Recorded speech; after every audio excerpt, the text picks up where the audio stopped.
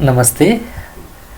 आज हामी एउटा व्यवस्थापकीय कामहरूको मध्ये एउटा महत्त्वपूर्ण कार्य सङ्गठन कार्य के हो भनेर चाहिँ बुझ्न र छलफल गर्न गइरहेछौँ। व्यवस्थापकले थुप्रै कार्यहरू सञ्चालन गर्ने गर्दछ।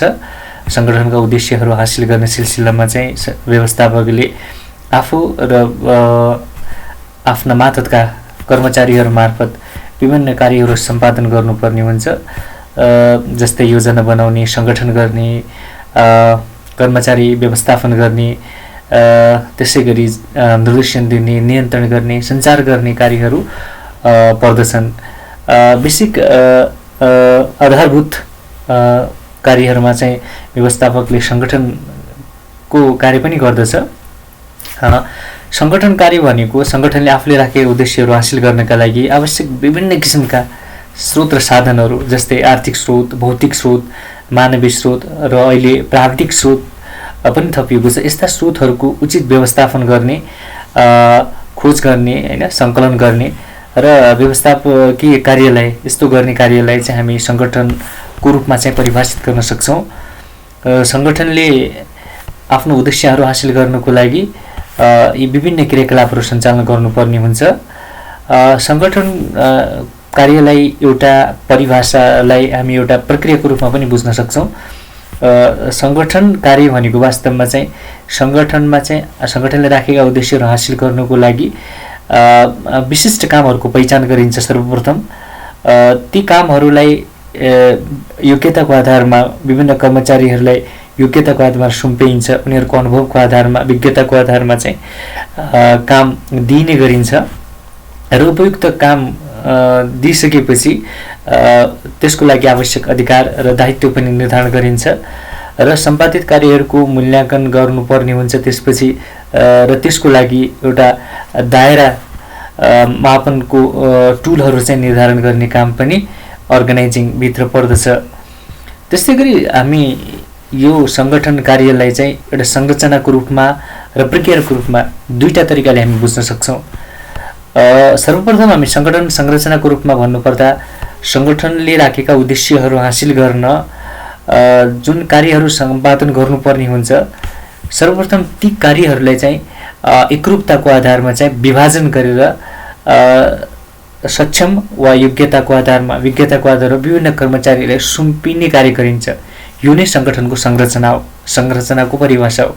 र अर्को भनेको चाहिँ प्रक्रियाको रूपमा बुझ्दाखेरि सङ्गठनले जो उद्देश्यहरू हासिल गरेको छ ती उद्देश्यहरू पूर्ति गर्नको लागि विभिन्न स्रोतहरूको व्यवस्थापन गर्ने, आर्थिक स्रोत, भौतिक स्रोत, मानवीय स्रोत र प्राविधिक स्रोतहरूको व्यवस्थापन गर्ने, हैन, प्रबन्ध गर्ने कार्य, खोज गर्ने कार्य र काम तथा अधिकारहरूलाई कर्मचारीलाई सुम्पिँदाखेरि तहगत रूपमा चाहिँ समन्वय हुने गरेर चाहिँ स्थापित गर्ने, सम्बन्ध स्थापित गर्ने कार्य नै वास्तवमा सङ्गठनलाई प्रक्रियाको रूपमा चाहिँ हामी बुझ्न सक्छौँ।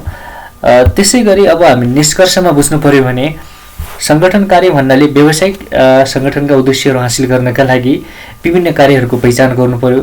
सङ्गठनले आफूले राखेको उद्देश्यहरू चाहिँ फुलफिल गर्नको लागि चाहिँ कुन कुन विशिष्ट कार्यहरू छन्, नगरी नहुने कार्यहरू, ती कार्यहरूलाई पहिचान गर्नु पर्यो अनि ती कार्यहरू चाहिँ सम्पादन गर्नको लागि आवश्यक पदहरू सिर्जना गर्नु पर्यो, हैन। जस्तो एकाउन्टिङ हुनसक्छ, इन्जिनियरिङ हुनसक्छ, वकिलको कार्यहरू हुनसक्छ, लेखा सम्बन्धी हुनसक्छ, हैन, बजार सम्बन्धी हुनसक्छ, विभिन्न पदहरूको सिर्जना गर्ने गरिन्छ। त्यसपछि उपयुक्त व्यक्तिलाई उपयुक्त काम सुम्पिन्छ। जुन व्यक्ति जुन काममा विज्ञता छ, दक्षता छ, अनुभव छ, त्यो व्यक्तिलाई उही काम सुम्पिन्छ। त्यसपछि उक्त कार्य सुम्पिएको कार्यलाई उत्कृष्ट तरिकाले कर्मचारीहरूबाट सम्पादन गराउनको लागि उनीहरूलाई अधिकार सुम्पिन्छ र अधिकारको दुरुपयोग नहोस् भनेर उनीहरूलाई जिम्मेवार पनि बनाइन्छ। वास्तवमा यो प्रक्रिया नै सङ्गठन हो भनेर हामी बुझ्न सक्छौँ। साथै सङ्गठन कार्यमा विभिन्न स्रोत र साधनहरू, आर्थिक, भौतिक, मानवीय, प्राविधिक साधनहरूको कहाँबाट जोड गर्न सकिन्छ, कहाँबाट सुलभ, कम समयमा कम लागतमा चाहिँ उपलब्ध गराउन सकिन्छ भनेर ती स्रोत साधनहरूको चाहिँ पहिचान गरिन्छ र पहिचान गरिसकेपछि ती साधनहरूको आवश्यक मात्रामा सङ्कलन गरी अधिकतम मात्रामा चाहिँ त्यसको प्रयोग गर्ने कार्यहरू पनि सङ्गठनभित्र समावेश हुन्छ। र यसपछि हामी सङ्गठनका कार्यहरू चाहिँ किन सम्पादन गरिन्छन्, कुन उद्देश्य हासिल गर्नको लागि सम्पादन गरिन्छन् भनेपछि हामी त्यही बेसिक कुराहरूमा नै हामीले जोड दिनुपर्ने हुन्छ। सम्पादन गर्नुपर्ने कार्यलाई विशिष्ट कार्य इकाइका रूपमा पहिचान गरी समान प्रकृतिका वा सम्बन्धित कार्यको विभाजन वा वर्गीकरण गर्ने, विभागीकरण गर्ने कार्य गरिन्छ। सङ्गठनले आफ्नो जुन उद्देश्यहरू राखेको हुन्छ, नाफा कमाउने वा आफ्नो बजार विस्तार गर्ने, बिक्री प्रवर्धन गर्ने, हैन, विभिन्न उद्देश्यहरू सङ्गठनले बहुउद्देश्यहरू राख्न सक्छ। ती उद्देश्यहरू हासिल गर्नको लागि विशिष्ट कार्यहरू मतलब महत्त्वपूर्ण आधारभूत कार्यहरू के हुन् र ती कार्यहरूभित्र अरू क्रियाकलापहरू पनि के सञ्चालन गर्नुपर्छ, ती समान प्रकृतिका क्रियाकलापहरूलाई चाहिँ एक ठाउँमा विभाजन गर्ने गरिन्छ, जसलाई विभागीकरण भनिन्छ।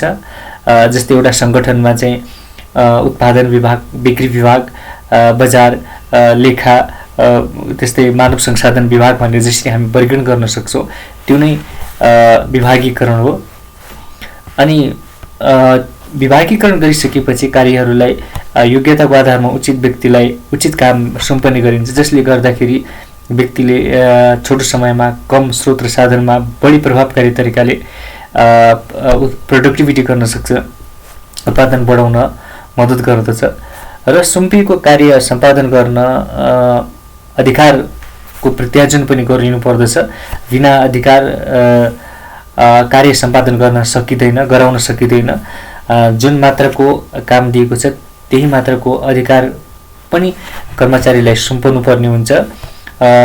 व्यवस्थापकहरूले आफूमा रहेको अधिकार क्रमशः तल्लो तहमा हस्तान्तरण गर्ने कार्यलाई हामी अधिकारको प्रत्यार्जन भनिन्छ।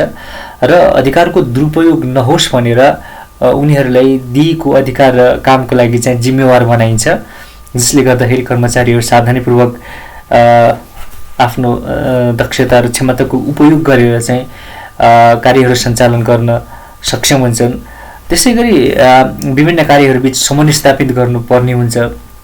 विभिन्न विभागहरू खडा गरिसकेपछि ती विभागहरूबाट जुन कार्यहरू सम्पादित भइरहेका छन् ती कार्यहरूबीच एकरूपता र समन्वय स्थापित गर्नुपर्ने हुन्छ। यदि त्यसो गरिएन भने स्रोत र साधनको दुरुपयोग हुन सक्छ। जस्तै उत्पादन विभागले कति उत्पादन गर्ने भन्ने कुरा चाहिँ बिक्री विभाग र लेखा विभागले समन्वय गर्नुपर्ने हुन्छ। उत्पादन गर्नुको लागि चाहिँ कच्चा पदार्थको आवश्यकता पर्ने हुन्छ, मेसिनहरू खरिद गर्नुपर्ने हुन्छ, जसको लागि चाहिँ आवश्यक कोषहरू छ कि छैन, सङ्गठनको आर्थिक अवस्था कस्तो छ भनेर चाहिँ लेखा विभागहरूसँग समन्वय गरिन्छ भने कस्तो वस्तु उत्पादन गर्न सकिन्छ, कति परिमाणमा उत्पादन गर्न सकिन्छ भन्ने कुरा चाहिँ बिक्री विभागबाट चाहिँ समन्वय गरेर थाहा हुन सक्छ। त्यसकारण चाहिँ विभिन्न विभागहरूबिच चाहिँ समन्वय स्थापित गर्ने कार्यहरू पनि सङ्गठनको उद्देश्य अन्तर्गत पर्दछ। र सङ्गठनका उद्देश्यहरू फुलफिल गर्नको लागि स्रोत र साधनहरू पहिचान गर्ने र उपलब्ध गराउने कार्य पनि सङ्गठनका उद्देश्यहरूभित्र पर्दछन्। सङ्गठनको उद्देश्यहरू हासिल गर्नको लागि विभिन्न किसिमका स्रोत र साधनहरू आवश्यक पर्ने हुन्छ। ती साधनहरू